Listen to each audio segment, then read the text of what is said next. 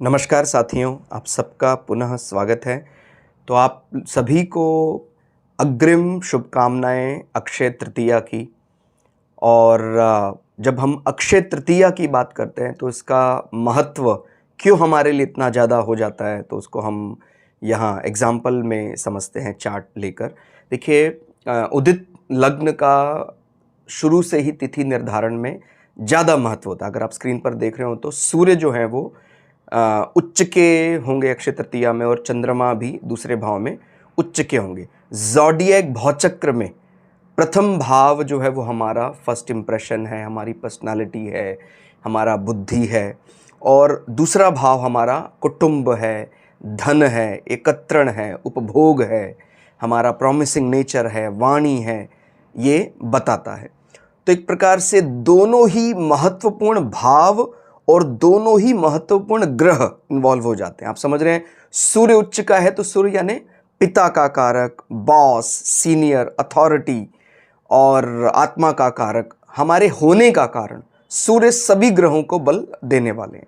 इसी प्रकार से चंद्रमा को भी फीमेल किंग की उपाधि दी जाती है। माता है, सुख है, मन है। हम हर चीज को महसूस करते हैं मन के जरिए, और मन चंद्रमा से रिलेट करके देखा जाता है। अक्षय तृतीया की तिथि इसलिए भी हमारे लिए बड़ी महत्व की है क्योंकि उस दिन परशुराम जी का जन्म हुआ था, और जिन्हें हम बोलते हैं कि वो चिरंजीवी माने जाते हैं, यानी सदा रहने वाले।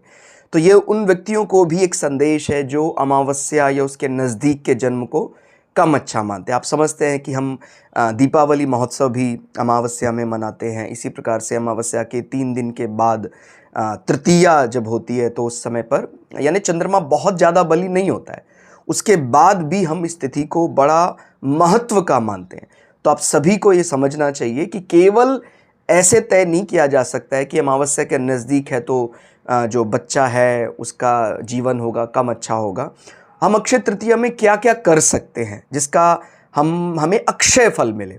मुख्य रूप से हम जो भी आप कार्य कर रहे हैं, वैसे तो सभी कार्य अच्छे हैं, पहले भाव और दूसरे भाव को ज़्यादा रिलेट कर सकते हैं। यानी किसी व्यक्ति को संतोष मिले, और किसी सरकारी काम में आप मदद कर सकते हैं प्रत्यक्ष अप्रत्यक्ष।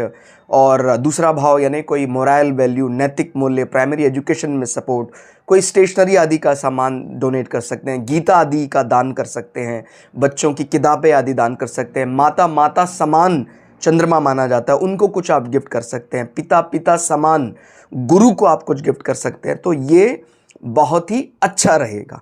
धन्यवाद।